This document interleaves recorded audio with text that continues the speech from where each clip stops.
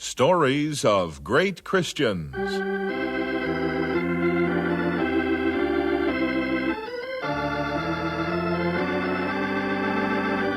We are bringing you from the radio studios of the Moody Bible Institute in Chicago, Chapter 3 in the story, Layman from God, a portrait of D.L. Moody.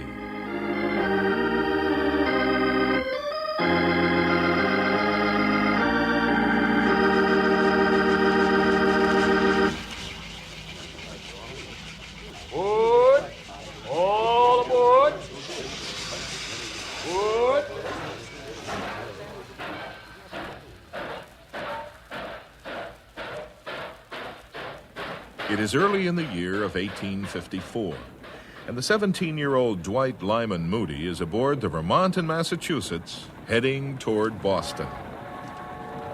Tickets? Have your tickets ready. Tickets? Oh, here, sir. How long before we get to Boston, conductor? 3 hours, young man. Going to Boston to find a job? Sure am. Good luck to you. Not many jobs open there for country boys. Well, I'll find one. Don't you fret none about that.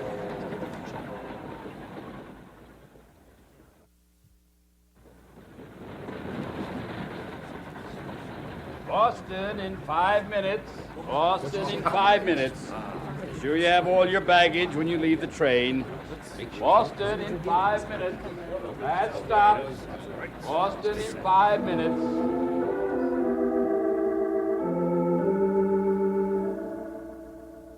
Everyone, even the conductor, could see he was a country boy.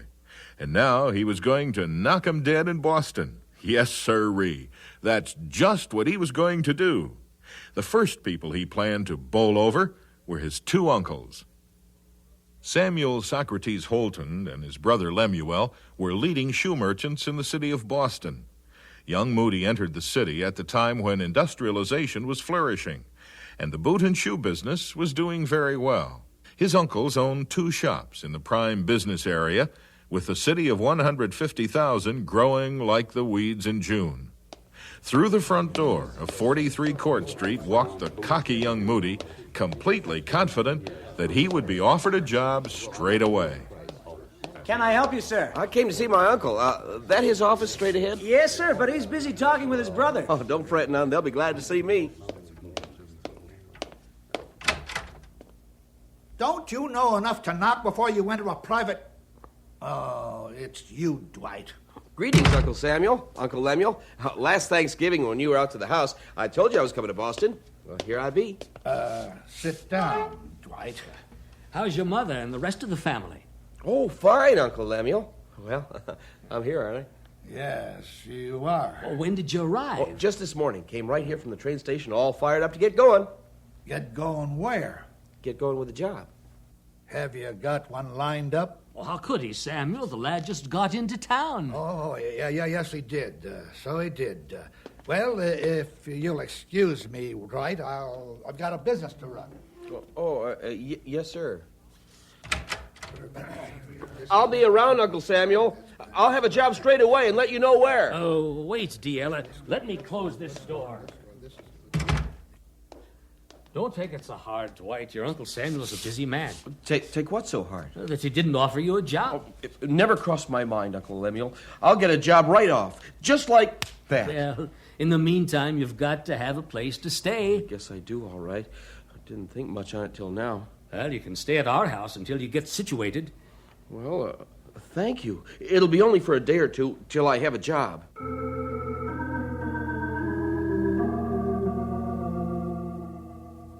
Many years later, when preaching in Boston, D.L. made the following remarks about those first days in that city.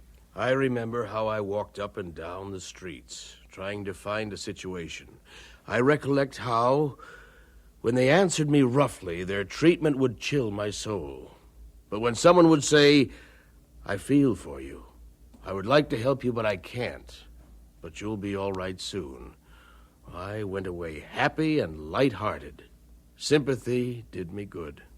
God was putting young Mr. Moody through the school of hard experience, so that he would never forget to be considerate and sympathetic to the needs of others. About the third day, his cockiness was beginning to ebb, as he made his way to Uncle Lemuel's house, dragging his weary body and sore feet through the front door. That you, Dwight? Yes, it's me, Uncle Lemuel. Well, come and sit down and rest for dinner. I'm anxious to hear a report on your efforts. Oh, sitting down is purely a pleasure. Care to talk about it, or you want to be alone in your misery? Oh, I'm just tired, Uncle Lemuel, and hungry. Well, your hunger will be satisfied shortly. What I'm concerned about now is your job hunting. Oh, don't worry about it.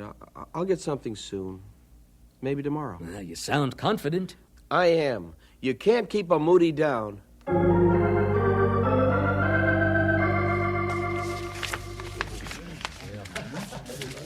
What did you say your name is, young man? Moody. Moody. Nope, can't say as I got a letter for you. Oh, okay. Thanks for looking. Hey, where you hail from, Moody? Northfield. Heard of it, but I ain't never been there. Nice town? Oh, it's all right. Any mail for Moody? Say, this is the third or fourth time today. Third. How many times I got to tell you? The mail comes in once a day with the morning train. Well, I thought you might have missed one. Oh, cheer up, son. Things will get better after you make some friends. Suppose so, but first I gotta find a job.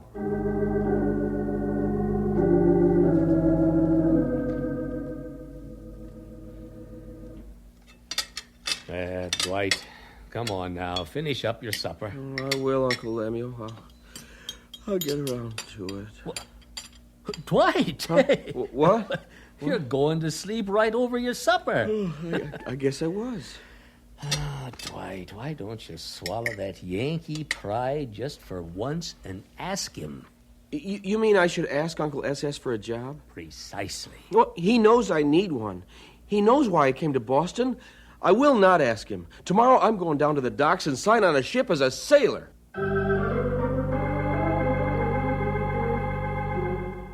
Did you get a job, Dwight? Not yet, but I will. Where did you apply? Everywhere. But I'll keep looking.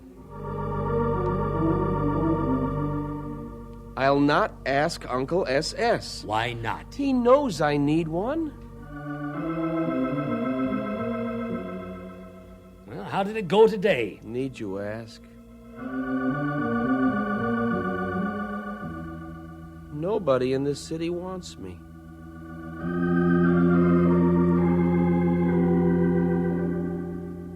Later in life, Mr. Moody described those days as a most horrible experience. It seemed there was room for everyone else in the world, but none for me. For about several days, I had the feeling that no one wanted me. I never had it since, and I never want it again. It's an awful feeling. I went to the post office 2 and 3 times a day to see if there was a letter for me. I was very homesick. At last I got a letter. It was from my youngest sister, the first letter she ever wrote. I expected good news from home, and all I heard was that there were pickpockets in Boston. She warned me to beware of them. I thought I better get some money in hand first. Then I might look out for pickpockets. What could he do now? His country boy appearance and obvious lack of education worked him a severe hardship. It appeared that even his kin had turned against him. Samuel Socrates Holton, Uncle SS, had a heart of stone for his sister's number 6 child. Sam, it's about time we talked about Dwight. It is? Oh, come on, Sam. You should see him, completely dejected and bone-weary. This is no way to treat our sister's child. Won't hurt him a bit, Lem. Uh-huh. How can you be so sure? I started the same way when I was the same age as Dwight. Humbling never harmed a soul. Why don't you take him at your store if you're so set on feeding his superior ego? Well, here I am, Uncle Samuel. I don't have any openings at the other store, but you do, and you know it. Give him a break, Sam. Let him come and ask, and then I'll think about it. You won't ask him? Not on your life, Lem. Not on your life. Bull-headed Yankees. Oh, they give me a skin rash. Dwight, I think it's time we have a serious talk. Uncle Lemuel, I'll walk to New York first before I ask Uncle SS for a job. Now, that's a rash thing to say when you have a future here. If you'll go about it the right way. Are you trying to tell me something? You go and ask your Uncle SS for a job. Which is more important, a job or Yankee pride? I'm back, Uncle Samuel. I can see. Did you find a job? No, I didn't, and that's why I'm here. I need a job very bad, Uncle SS. Well, if you work for me, I have strict rules. Just name them and I'll oblige. First, I am the proprietor, and you do things my way. Yes, sir. You'll live in a boarding house approved by me. Ain't no problem, Uncle. You'll attend church and Sunday school, stay out of improper places, and never let me find you where you wouldn't want your mother to see you. Agreed? Yes, sir. Do you want to think it over and let me know on Sunday? Oh, I don't need that long, Uncle SS. I promise to do exactly as you said. Can I start right now? All right. You've got a job.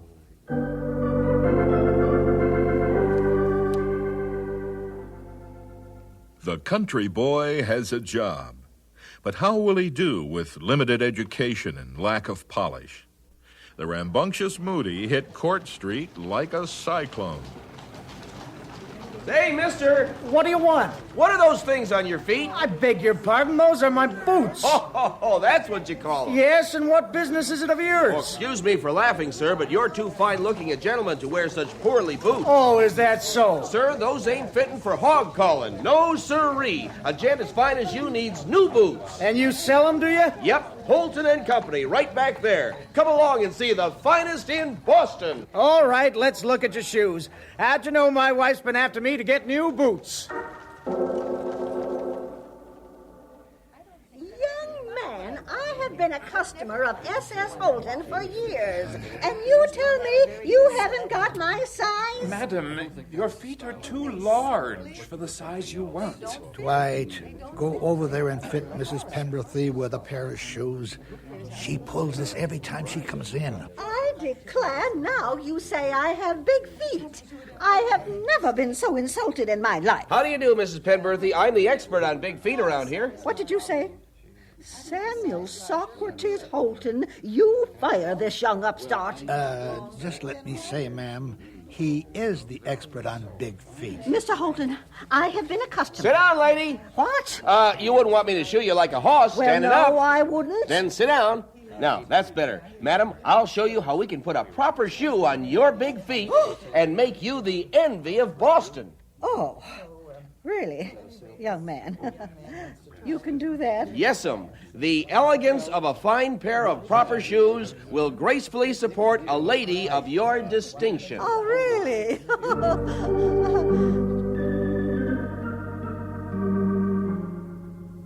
This new Bostonian soon earned a name for himself as a fine, top-notch salesman. Here he developed his methods that would make him a superior salesman for God and the gospel of Jesus Christ. But at this point, he began to eye money and its accumulation seriously. However, he had some promises to keep that were more pressing. D.L. had promised Uncle S.S. he'd attend church and Sunday school. So at the appointed time, he appeared at the Mount Vernon Congregational Church Sabbath School and was directed to the class of one Edward Kimball.